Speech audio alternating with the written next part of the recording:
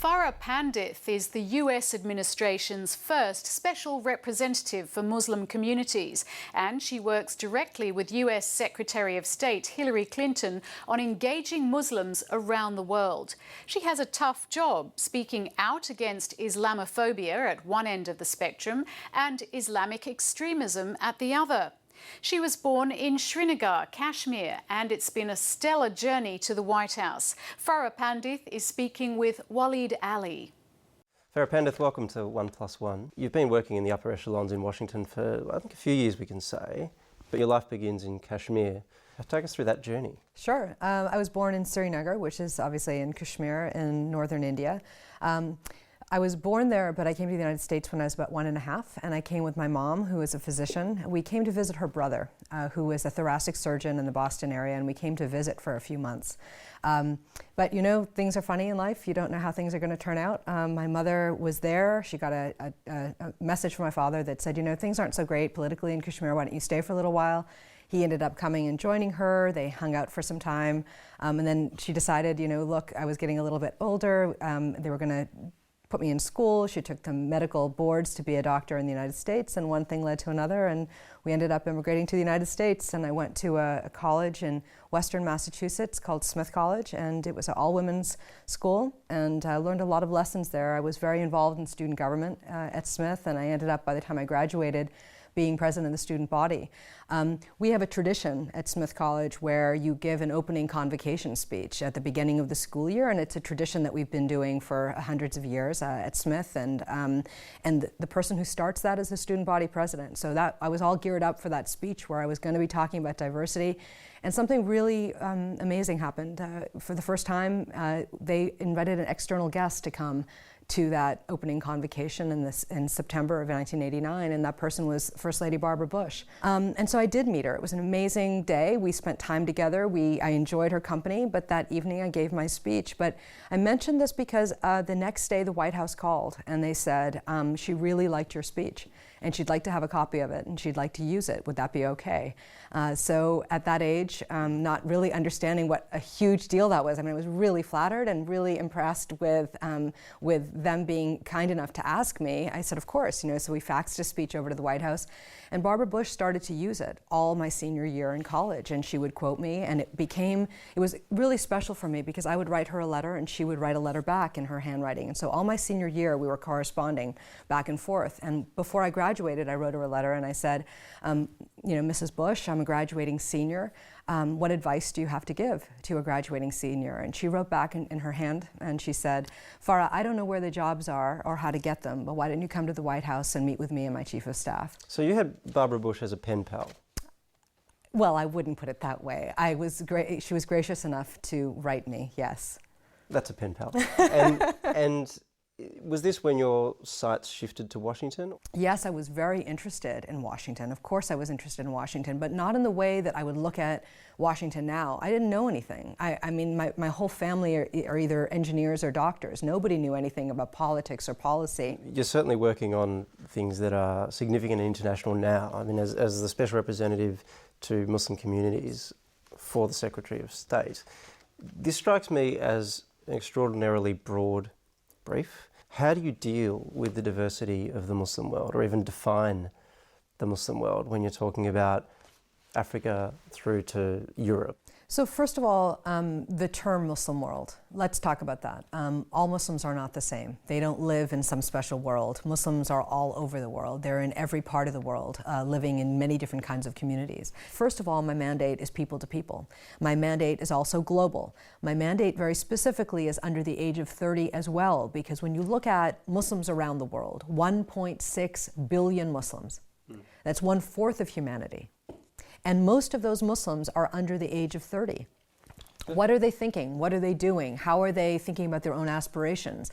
As we work and build partnerships, we want to be able to listen to them and work with them on things of common interest. The reason why we're engaging with 1/4 of humanity is because the President understands so clearly how important it is for the United States not to separate opportunities to build on things together. You have to work with people on things for the common good. He talked about in Cairo the eradication of polio, for example. You can't do that if 1/4 1/4 of humanity you're not speaking with.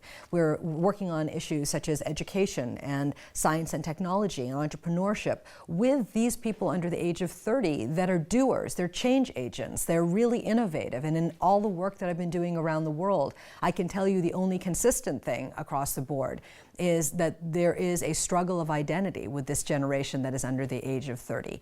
What does it mean to be modern and Muslim? What's the difference between culture and religion? And that's the case whether I was talking to somebody in Jeddah, or I'm talking to somebody in Kuala Lumpur, or I'm talking to somebody in Oslo, or I'm talking to somebody in Sydney. Beneath all this, though, really is a desire, I think, from the US to be, I guess, to put it crassly, better liked in the Muslim world, given that there's been so much tension between Muslims over much of the world and the US. And there's been a lot of mistrust that really escalated, particularly during the presidency of George W. Bush.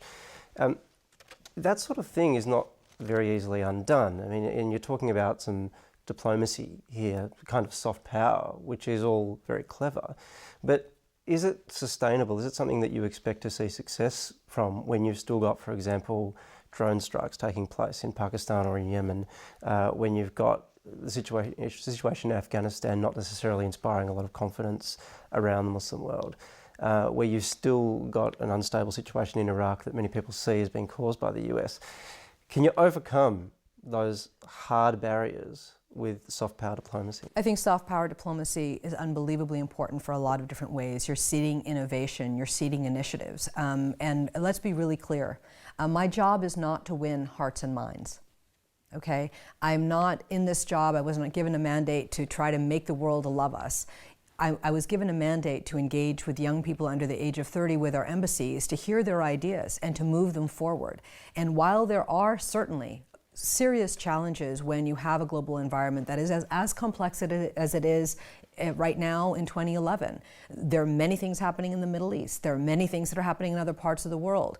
There are more Muslims, as you know, that live outside of the Middle East than in it. And how are we engaging with the ideas, the aspirations, the issues that are going on? When you talk to the person who may be really keen on talking about a foreign policy issue and understanding what the U.S. position is on a particular topic, it's very important, too, to understand that foreign policy is not based on religion. Foreign policy is based on geostrategic needs. And they're it's a very complex group of decisions that are made on why any country in the world does whatever. But the United States is not at war with Islam. President Obama has been very clear that he respects the religion of Islam, that American Muslims are part of the American family, which he said just recently in his State of the Union in January of this year. We have been very clear as a government to separate the religion of Islam that is practiced by 1.6 billion people on the planet and those that would use the name of Islam for their political and violent ends. And there is a deep separation between the two. And there's no doubt that President Obama has been clear on that, and even President George W. Bush, I mean, he made similar sorts of comments. I guess the question is, though, how clearly is that message going to be received in the Muslim world?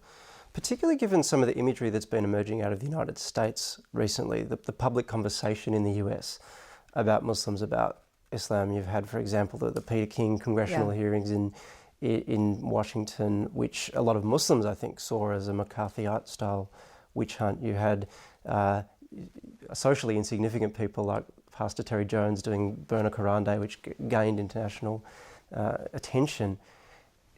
Ultimately, there's a contradiction in the imagery there, isn't there? And how do you resolve it? Well, you know, it's really important that I'm glad you raised it, because it's really important. The global environment in which we're trying to do work, where you're engaging with young people, has increasingly become more challenging. But this has been going on in so many different ways since 9/11. You have the film Fitna that Geert Wilders in the Netherlands put out. You have various things happening, the Danish cartoon crisis. You have different things that have been happening.